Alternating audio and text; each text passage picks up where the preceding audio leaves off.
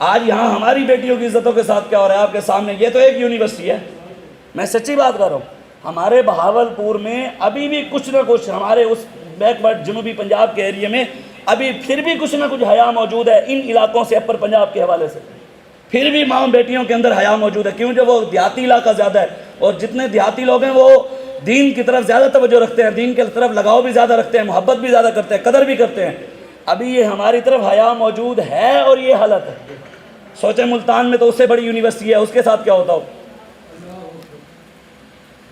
علامہ اقبال کہتا ہے نا، بیگانہ رہے دین سے اگر مدرسہ زن، ہے عشق و محبت علم و ہنر کے لیے موت۔ اقبال کہتا ہے اگر تم نے پڑھانا بھی ہے بچوں اور بچیوں کو اکٹھا پڑھانا بھی ہے، پہلے تو بات ہے، اقبال کہتا ہے یہ مدرسہ اذان جو ہے نا، یہ جو اکٹھے پڑھے ہیں، اقبال کہتا ہے پہلے تو ہونا نہیں چاہیے، اگر پڑھانا بھی ہے تو پھر ان کی دین کی بنیاد اتنی مضبوط کرو بیٹیوں کی، اگر وہ یونیورسٹیوں میں جائیں بھی صحیح تو مغربی نظام ان کے اوپر غالب نہ آ سکے، وہ مغرب کی بات نہ کریں، پھر بات اپنے آقا و مولا کی کریں۔ یہ تو ایک ہے، ملتان کی کیا حالت ہو، لاہور کی کیا حالت ہوگی اگر یہاں سے پردے اٹھائے جائیں؟ آپ اسلامی یونیورسٹی اسلام آباد چلے جائیں، وہاں کی کیا حالت ہوگی، جائیں دیکھیں۔ میں پرسوں رات کو اسلام آباد کے اندر ایک دوست کے ساتھ بیٹھا، زاہد بھائی ہیں، انہوں نے کہا میرا دوست اسلامی یونیورسٹی اسلام آباد میں 19ویں یا 20ویں اسکیل پہ وہاں پر اس کی جاب لگی ہے، کہتا ہے وہ وہیں سے پڑھ کر آیا ہے، ٹاپ کیا ہے، وہیں پر اس کی جاب لگی ہے، اس نے آ کر اپنے ماں باپ کو یہ گھر کہا، یہ میں نہیں کہا، یہ اس نے بات کی ہے، وہ دنیا دار آدمی، وہ پراپرٹی ڈیلر تھا زاہد صاحب، وہ مجھے کہنے لگا اس نے اپنے ماں باپ کو کہا کہ یونیورسٹی میں پڑھنے والی بچی کے ساتھ میرا رشتہ نہیں کرنا۔ یہ اس کے الفاظ ہیں جو خود یونیورسٹی سے پڑھ کر آیا۔ تو ہم تو پہلے ہی کہتے تھے، ہمارے بڑے پہلے کہتے رہے کہ اگر بچنا چاہتے ہیں، ہم یہ نہیں ہے کہ یونیورسٹی کے نظام کے خلاف ہیں، نہ ہم یہ کہ پڑھنا نہیں چاہیے، بات یہ ہے جو اسلام نے ہمیں طریقہ دیا ہمیں اس پر چلیں گے تو کامیابی ملے گی۔ حضور نے خود فرمایا صلّت اللہ علیکم ذلًا، جب میری امت غلط راستے پر چلے گی تو اللہ ان پر ذلت مسلط کر دے گا، لا ینزعہ، ذلت ختم کبھی بھی نہیں ہوگی، جتنا مرضی یہ کوششیں کر لیں، جس طرح مرضی چل جائیں۔ حضور نے فرمایا ذلت اس وقت ختم ہوگی حتیٰ ترجعوا الی دینکم، جب یہ دین کی طرف واپس آئیں گے ذلت ختم ہو جائے گی، آنا دین کی طرف پڑے گا۔ امام حسین نے گھر میں بیٹھ کر دعا نہیں مانگی کہ یا اللہ یزید کو تباہ کر، گھر بیٹھ کر مسجد نبی میں نمازیں نہیں پڑھی، گنبد خضراء پہ بیٹھ کر تویز نہیں دیے، لنگر نہیں کھائے، نذرانے نہیں لیے، حسین نے میدان کربلا جا کر اون محمد دے کر، علی اصغر دے کر، ان کا خون دے کر حسین نے دین نہیں بیچا۔ ہم چند ٹکوں کی خاطر دین بیچ کر کہیں کہ ہم حسینی ہیں؟ حسین تو وہاں چلے گئے، اگر حسین کے ہوتے ہوئے مسلمانوں کی بیٹیوں کی عزتیں محفوظ ہوتی تو پھر آج حسینیوں کے ہوتے ہوئے مسلمانوں کی بیٹیوں کی عزتیں محفوظ کیوں نہیں؟ آج کیوں ایک بہن نے پکارا تھا محمد بن قاسم کو، 16 سال 9 ماہ کا جوان، وہاں سے 17 سالہ نوجوان آ گیا مدد کے لیے۔ آج لاکھوں ماں بہنیں ہمیں پکار رہی ہیں، کہاں ہے محمد بن قاسم کے وارث، کہاں ہے صلاح الدین ایوبی کے وارث؟ بس ہمارا یہی ایک بات ہے، ہمیں جب بھی کامیابی ملے گی، انقلاب آئے گا، تبدیلی آئے گی، وہ رسول اللہ کے دین کے ساتھ آئے گی۔ اقبال کہتا ہے فتویٰ ہے شیخ کا یہ زمانہ ہے قلم کا، دنیا میں اب رہی نہیں تلوار کارگر، لیکن جناب شیخ کو یہ معلوم نہیں مسجد میں اب آواز ہے بے سود و بے اثر۔ وہ اشارہ اقبال کا عبد کا تھا نا، اس نے کہا اب یہ فتوے دے رہے ہیں کہ اب تلوار کی بات نہ کرو، اب رسول اللہ کے نظام کی بات نہ کرو، جی دین میں سیاست نہیں ہے، اور مولویوں کا کیا کام سیاست سے؟ قرآن میں اللہ نے کہا ہے وَمَن لَّمْ يَحْكُم بِمَا أَنزَلَ اللَّهُ فَأُولَٰئِكَ هُمُ الْكَافِرُونَ۔ میرے حبیب جو ہم نے آپ پر قرآن نازل کیا ہے، جو مسلمان اس کے مطابق حکومت نافذ نہیں کرتا وہ کافر ہے۔ اب جو کہتا ہے دین میں سیاست نہیں ہے تو وہ قرآن کا منکر ہے۔ وعد اللہ الذین آمنوا منکم وعملوا الصالحات لیستخلفنہم فی الارض کما استخلف الذین من قبلہم۔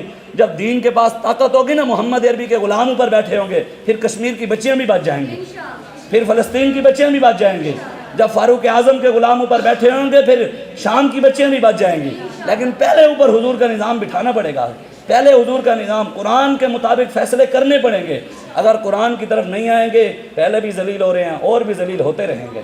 اللہ نے قرآن میں کہا وعد اللہ الذین، قرآن کا حکم حضور کے دور تک تھا، صحابہ کے دور تک تھا، یا قرآن کا حکم قیامت تک ہے؟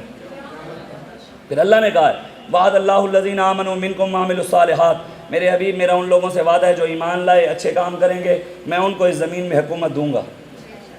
لا یستخلفنہم فی الارض، زمین میں دوں گا، کما استخلف الذین من قبلہم، جیسے ان سے پہلوں کو دی تھی۔ ہم سے پہلے کس کو ملی؟ صدیق اکبر کو، فاروق اعظم کو، عثمان غنی کو، مولا علی کو۔ تو انشاءاللہ اگر ہم مخلص رہے، ہم نے دو نمبری نہ کی، انشاءاللہ رسول اللہ کا دین آئے گا۔ پھر یہ سب بچیوں کی عزت کی بات بھی ہوگی۔ جب اوپر محمد عربی کا غلام ہوگا تو یہ بچ جائیں گے، یہ یہودی بچ جائیں گے، یہ امریکی بچ جائیں گے۔ ہمیں رب نے نشانی کرین دی ہے، ہم نے انشاءاللہ ان ظالموں کو اس کرین کے ساتھ لٹکا دینا ہے انشاءاللہ۔ بس دعا ہے اللہ ہمیں اپنی مسلمان بیٹیوں کی عزتوں کے لیے، برما، شام، کشمیر، فلسطین، عراق، چائنا، بھارت، جتنی پوری دنیا میں مسلمانوں پر ظلم ہو رہے ہیں، اللہ ہمیں ان کی مدد کی طاقت عطا فرمائے۔ یہ نہیں کہ ان کی غیبانہ مدد تو 75 سال سے نہیں آ رہی، دعائیں مانگ رہے ہیں یا اللہ کشمیر کی غیبی مدد فرما، فلسطین کی غیبی مدد، وہ تو نہیں آئی۔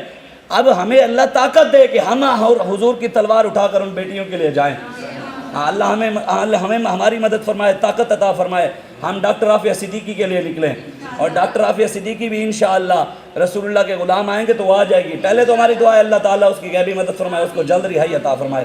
حضور نے فرمایا ہے جی العلماء ورثۃ الانبیاء، انبیاء کے وارث کون ہیں؟ ہمارے لیے حضور کے فرمان کے بعد آنکھیں بند، دنیا کا کوئی مرضی اٹھ کر کہے ہم اس کی طرف نہیں دیکھتے، ہم پہلے اپنے آقا و مولا کی طرف دیکھتے ہیں۔ حضور نے فرمایا العلماء ورثۃ الانبیاء، انبیاء کے وارث کون ہیں؟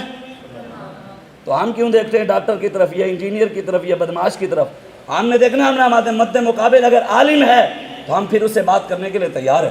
اقبال بھی یہی کہتے ہیں، یہی بہتر کہ یہ الہیات میں الجھا رہے اور مسلمان کتاب اللہ کی تعویلات میں الجھا رہے۔ وہ کہتے ہیں 5 کا ٹولہ ادھر بن کر بیٹھ جائے، 5 ادھر بیٹھ جائیں، 5 ادھر بیٹھ جائیں، 5 ادھر بیٹھ جائیں، 5 ادھر، وہ کہے وہ غلط ہے، وہ کہے وہ غلط ہے، وہ کہے وہ غلط ہے، وہ کہے وہ غلط ہے۔ اقبال کہتے ہیں ہم نے اس کی طرف نہیں دیکھنا، ہم نے دیکھتے ہیں تو امام اعظم ابو حنیفہ کی طرف دیکھنا ہے، ہم نے دیکھنا ہے تو امام شافعی کی طرف دیکھنا ہے، امام مالک کی طرف دیکھنا ہے، امام احمد بن حنبل کی طرف دیکھنا ہے، ہم نے دیکھنا ہے تو امام فخر الدین رازی کی طرف دیکھنا ہے، ہم نے اگر دیکھنا ہے تو امام ربانی مجدد الفسانی کی طرف دیکھنا ہے، ہم نے دیکھنا ہے تو ہمارے بڑوں کی ہستیاں موجود ہیں۔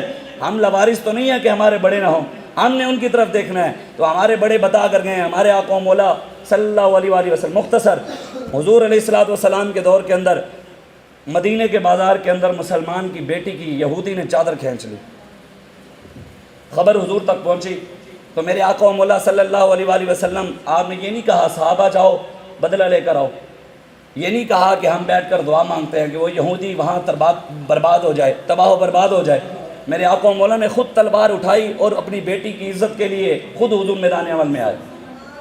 15 دن حضور یہودیوں کے قلعے کا محاصرہ کر کے کھڑے رہے، انہوں نے تلواریں، نیزے، ہر چیز آ کر حضور کے قدموں میں پھینکی، کہا حضور ہمیں معاف کر دو۔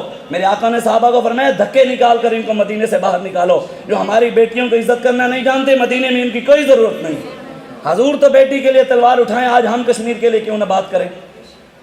آج اگر ہر کسی کی عزت ہے، ڈاکٹر کی عزت ہے، انجینئر کی عزت ہے، دنیا دار کی عزت ہے، یہاں ہر حاجی کی عزت ہے، ہر مولوی کی عزت ہے، مجاہد دہشت گرد کیوں ہیں؟